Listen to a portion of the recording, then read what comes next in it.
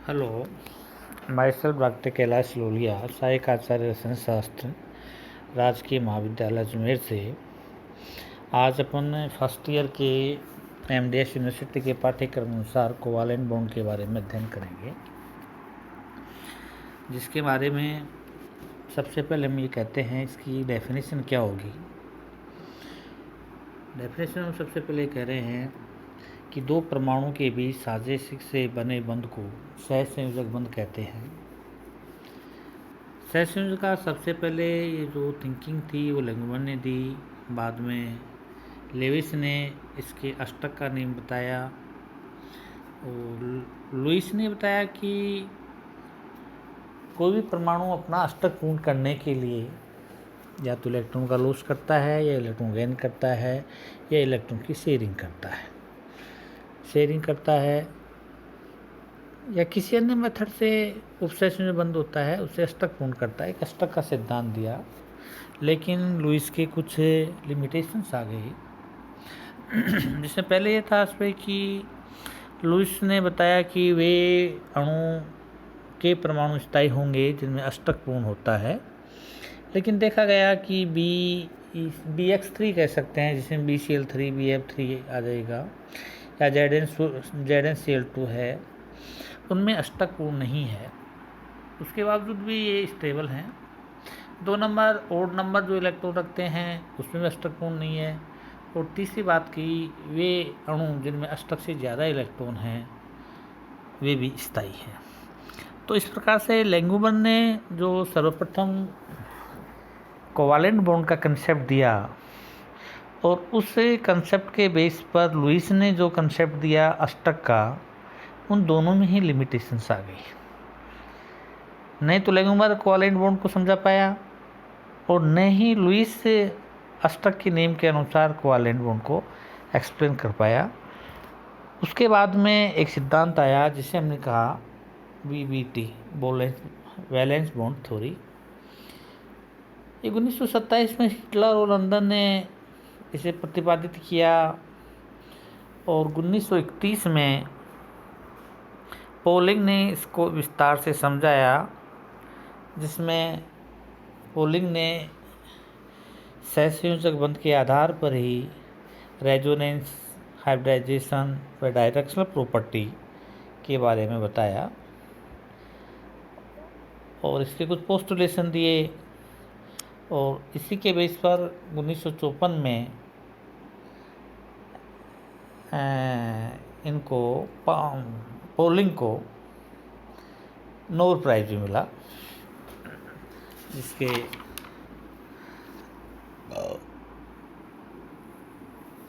इन्होंने बताया कि पोलिंग ने पोस्टुलेशन में ये बताया कि बंध में दोनों परमाणु के इलेक्ट्रॉन उपस्थित होते हैं। 2 नंबर बताया कि अनपेयर युक्त परमाणु कक्षक आपस में संयोग करके अतिव्यापन कर कोवालेंट बॉन्ड बनाते हैं और ओवरलैप जितना अधिक होगा बंध उतना ही ज़्यादा स्थायी होगा। अगली बात की कि बंध में भाग लेने वाले परमाणु कक्षों की ऊर्जा लगभग समान होती है।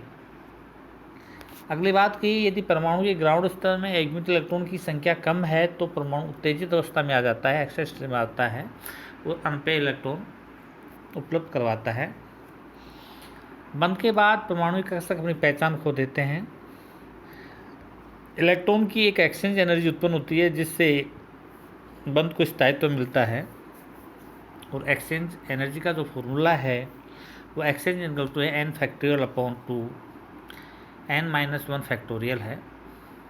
इसके बेस पर बताया गया कि जितने एक्सचेंज एनर्जी का मान ज़्यादा होगा उतना ही बंध स्टेबल होगा। 1927 में हिटलर ने इसे एस्ट्रो अणु को लेकर के समझाया। अब जब यहाँ एस्ट्रो अणु की बात करते हैं तो इसको पूरी लैंग्वेज को न पढ़ के अपन शॉर्ट एंड स्वीट में यहाँ इस प्रकार से आते हैं। हिटलर ने ये माना कि अनंत दूरी से, इन्फिनिट डिस्टेंस से जब 2 एटम्स को एक निश्चित दूरी के ऊपर लाया जाता है तो वहाँ 2 प्रकार के फोर्सेज कार्य करते हैं। एक फोर्सेज है अट्रैक्शन फोर्सेज और दूसरा फोर्स है रिपल्शन फोर्सेज। और हिटलर ने यहाँ इलेक्ट्रॉन के पैरेलल के थ्रू भी बात की कि यदि इलेक्ट्रॉन का पैरेलल एक ही दिशा में है तो ऊर्जा का मान अधिक होता है और वो अस्थायी होते हैं, और यदि विपरीत स्पिन है तो ऊर्जा का मान कम होता है और वो स्टेबल होते हैं। इसके बाद में हम बात करते हैं H2 अणु की। अकॉर्डिंग टू हिटलर के अनुसार ये बताया गया कि H2 में 2 H परमाणु हैं जिन्हें क्रमशः HA और HB कह दिया गया, और ये कह दिया गया कि HA परमाणु का न्यूक्लियस HB परमाणु के इलेक्ट्रॉन को आकर्षित करता है, अट्रैक्ट करता है, और HB हाइड्रोजन परमाणु का न्यूक्लियस HA के इलेक्ट्रॉन को अट्रैक्ट करता है। अर्थात एक एटॉमिक ऑर्बिटल दूसरे एटॉमिक ऑर्बिटल के न्यूक्लियस के द्वारा अट्रैक्ट होता है, और दो नाभिकों के बीच में या दो न्यूक्लियस के बीच में रिपल्सन होता है। तो यहाँ ये बात की गई कि यहाँ जो वेवलेंथ आते हैं वो ψ1 ए का इलेक्ट्रॉन ए के द्वारा बी का इलेक्ट्रॉन बी के द्वारा आकर्षित रहते हैं। नंबर 2, ए का इलेक्ट्रॉन ए का नाभिक 2 के इलेक्ट्रॉन को आकर्षित करता है, बी का नाभिक ए के इलेक्ट्रॉन को आकर्षित करता है। तो ये अट्रैक्शन फोर्स के रूप में यहाँ इक्वेशन नंबर 1 और इक्वेशन नंबर 2 का मान दिया। फिर होता है कि जब H2 अणु है तो इसका टोटल मान होगा ψ equal to C1 ψ1 and plus ψ2, ये समीकरण नंबर 3 दिया।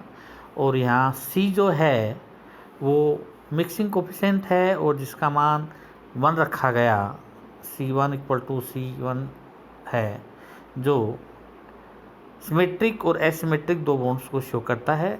सिमेट्रिक में ψ1 एंड ψ2 पॉजिटिव होते हैं, और एंटी सिमेट्रिक में ψ1 माइनस ψ2 होता है। ये आपके इसमें आ गया। अब सिमेट्रिक में यदि इसका मान रखते हैं तो वो स्थिति अपने पास रहेगी। ψ1 का मान है ψA ψB2 plus ψA2 plus ψBA2 and anti symmetric में आ जाएगा ए का मान वही, ए का न्यूक्लियस ए का इलेक्ट्रॉन, बी का न्यूक्लियस बी का इलेक्ट्रॉन, ये रिपल्सन ये इसमें क्लियर हो गया। ऊपर वाला सिमेट्रिक है, नीचे वाला समीकरण एसिमेट्रिक है। अब हम बात करते हैं डिस्टेंस की गणना के आधार पर। हमने बताया कि H2 बॉन्ड एनर्जी और बॉन्ड डिस्टेंस की गणना करें तो हम कहते हैं 72 kg मोल दूरी पर एक एक्सपेरिमेंटल वैल्यूज़ है जिसके ऊपर 0.74 एंगस्ट्रॉम ऊर्जा के ऊपर इतनी डिस्टेंस होती है। अब हम बात कर रहे हैं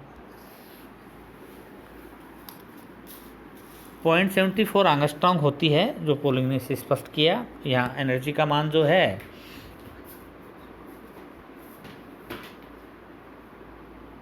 एनर्जी का मान 109 किलो कैलोरी है।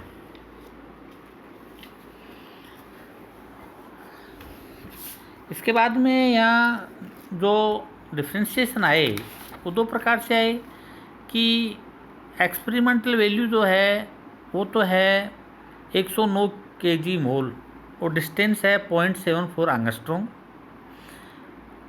और कैलकुलेट एनर्जी है 72 kg मोल और 0.80 एंगस्ट्रॉम डिस्टेंस है।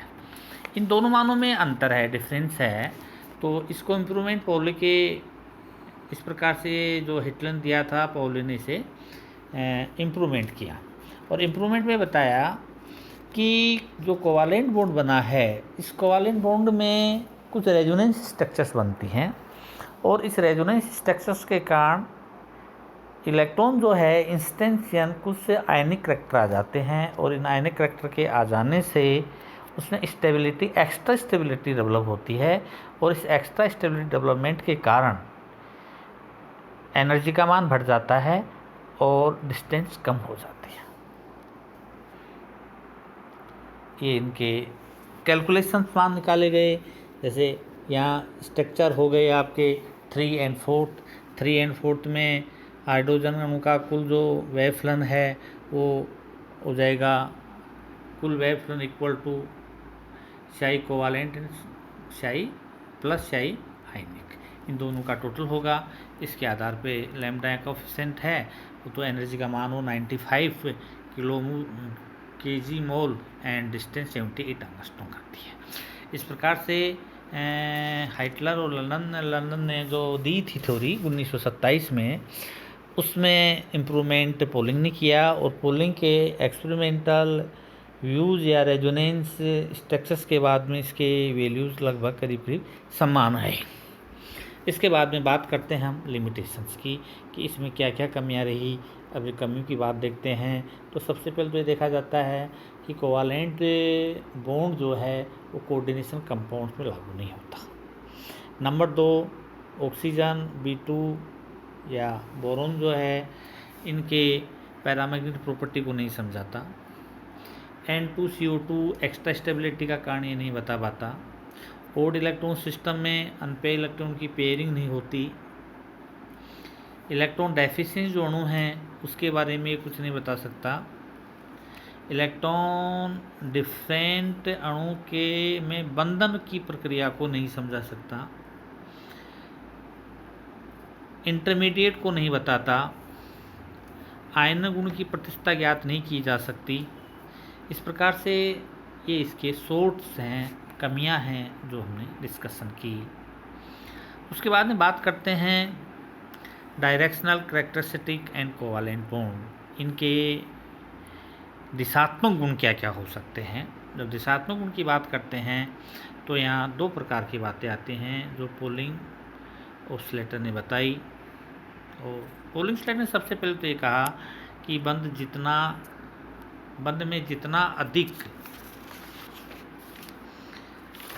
ओवरलैप होगा बंध उतना ही ज़्यादा स्थायी होगा।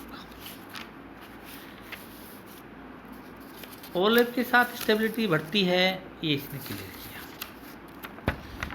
और उसके बाद में इनका जो कंसेप्ट था वो ये था कि ओवरलैप के द्वारा सिग्मा बंध बनते हैं, पाई बंधों में ओवरलैपिंग नहीं होता। और उसके बेस पर एक शब्द आया हाइब्रिडाइजेशन, जिसे हिंदी में कहा संकरण। इस संकरण को हम समझा रहे हैं। सबसे पहले इसकी डेफिनेशन रखी गई कि अणु, आयन, यौगिक जिसमें लगभग समान ऊर्जा और विभिन्न आकृति की कक्षक ऊर्जा का पुनर्वितरण कर समान ऊर्जा,